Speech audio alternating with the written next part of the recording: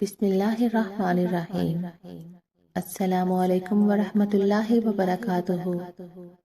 حضور اکرم صلی اللہ علیہ وسلم کے ارشادات سے واضح طور پر معلوم ہوتا ہے کہ مرنے والے کو گو ہم بظاہر مردہ سمجھتے ہیں، لیکن حقیقت میں وہ زندہ ہوتا ہے۔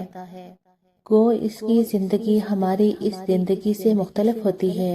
حضور اکرم صلی اللہ علیہ وسلم نے فرمایا کہ مردے کی ہڈی توڑنا ایسا ہی ہے جیسے زندگی میں اس کی ہڈی توڑی جائے۔ ایک مرتبہ حضور اکرم صلی اللہ علیہ وسلم نے حضرت عمر بن حزم رضی اللہ تعالیٰ عنہ کو ایک قبر سے تکیہ لگائے ہوئے بیٹھے دیکھا۔ فرمایا کہ اس قبر والے کو تکلیف نہ دے۔ جب انسان مر جاتا ہے تو اس عالم سے منتقل ہو کر عالم برزخ میں پہنچ جاتا ہے، خواہ ابھی اسے قبر میں بھی نہ رکھا جائے یا آگ میں بھی نہ جلایا جائے، اس میں سمجھدار اور شعور ہوتا ہے۔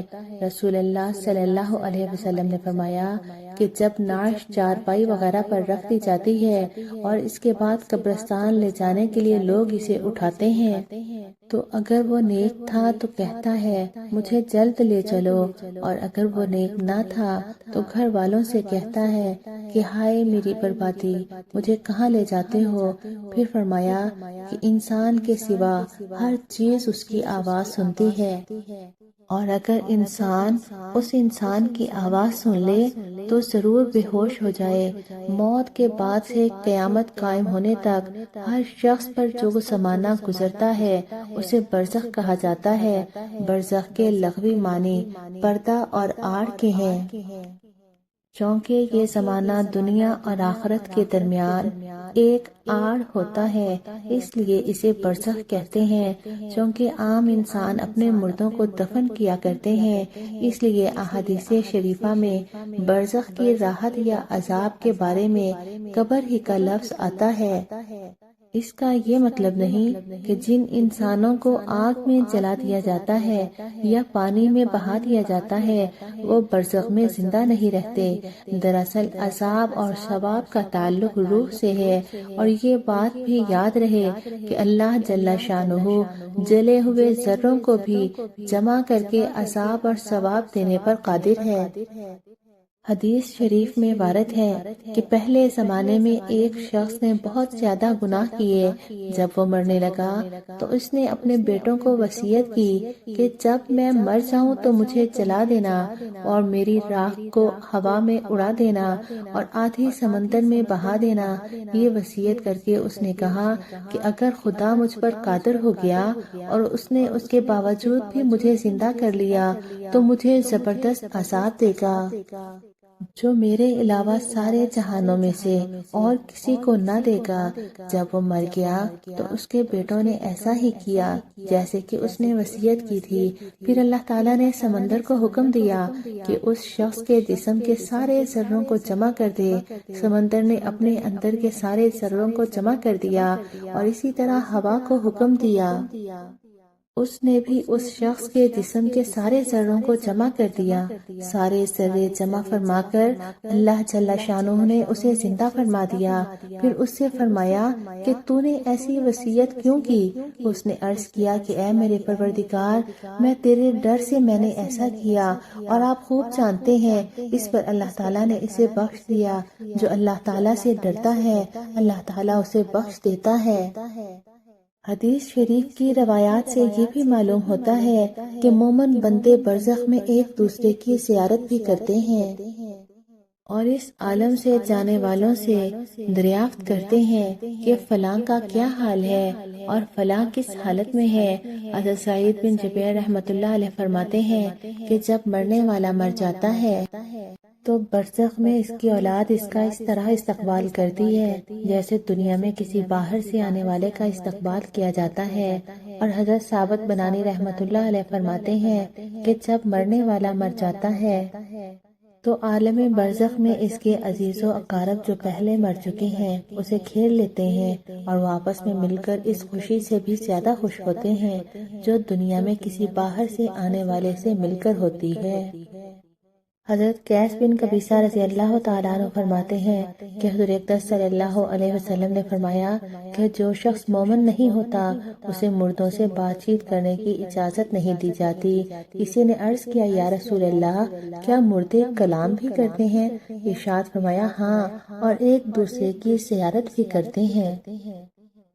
حضرت حسن رضی اللہ تعالیٰ عنہ فرماتے ہیں کہ جب اللہ تعالیٰ نے آدم اور ان کی ذریت کو پیدا کیا تو فرشتوں نے عرض کیا کہ الہی، یہ تمام ذریت آدم زمین میں سما نہ سکے گی۔ فرمایا میں موت کو پیدا کر دوں گا۔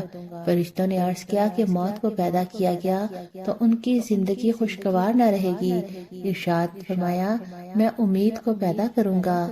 مجاہد رحمۃ اللہ علیہ فرماتے ہیں کہ جب آدم علیہ السلام کو زمین پر اتارا گیا تو ان سے اللہ رب العزت نے فرمایا کہ اے آدم، بگڑنے کے لیے بناؤ اور فنا ہونے کے لیے اولاد جنو۔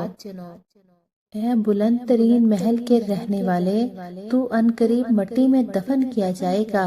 ایک فرشتہ روزانہ یہ ندا دیتا ہے جنو موت کے لیے اور تعمیر کرو اجاڑ کے لیے۔ جب کوئی نیک بندہ مرتا ہے تو فرشتے اس کو قبر میں بٹھاتے ہیں۔ وہ ایسی حالت میں بیٹھتا ہے کہ نہ اس کو کوئی گھبراہٹ ہوتی ہے، نہ اس پر کوئی غم مسلط ہوتا ہے۔ پھر اسے اول تو اسلام کے متعلق سوال کیا جاتا ہے کہ تو اسلام کے بارے میں کیا کہتا تھا۔ اس کے بعد پھر اس سے پوچھا جاتا ہے کہ تو اس شخص یعنی حضور اقدس صلی اللہ علیہ وسلم کے بارے میں کیا کہتا ہے۔ وہ کہتا ہے کہ یہ محمد صلی اللہ علیہ وسلم ہے جو اللہ تعالیٰ کے پاس سے ہمارے پاس واضح دلیلیں لے کر آئے۔ ہم نے ان سب کو سچا مانا جو حضور لے کر آئے تھے۔ اس کے بعد اس کو اول دوزخ کا ایک مقام دکھایا جاتا ہے جہاں وہ دیکھتا ہے کہ آدمی ایک دوسرے پر ٹوٹے پڑ رہے ہیں۔ پھر اسے کہا جاتا ہے کہ اس جگہ کو دیکھ، حق تعالی شانہ نے تجھے اس آفت سے نجات عطا فرما دی۔ اس کے بعد اس کو جنت کا ایک مقام دکھایا جاتا ہے جہاں وہ نہایت زیب و زینت دیکھتا ہے اور اس کے لطف کے مناظر دیکھتا ہے۔ پھر اسے کہا جاتا ہے کہ اس میں یہ جگہ تیرے رہنے کی ہے، قیامت کے بعد تو یہاں لایا جائے گا۔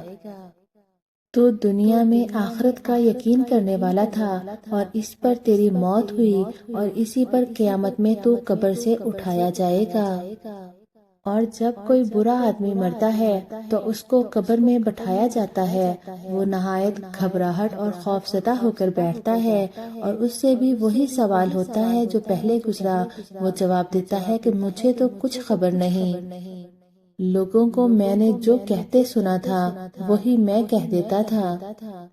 اس کے لیے اول تو جنت کا دروازہ کھول کر اس کو وہاں کی زیب و زینت اور جو نعمتیں وہاں دکھائی جاتی ہیں اور اسے کہا جاتا ہے یہ تیرا اصل مقام تھا مگر تجھے یہاں سے ہٹا دیا گیا۔ پھر اس کو جہنم دکھائی جاتی ہے جہاں ایک پر دوسرا ٹوٹا پڑ رہا ہے اور اسے کہا جاتا ہے کہ اب تیرا ٹھکانہ یہ ہے اور دنیا میں شک ہی میں رہا، اسی پر مرا، اسی پر قیامت میں اٹھایا جائے گا۔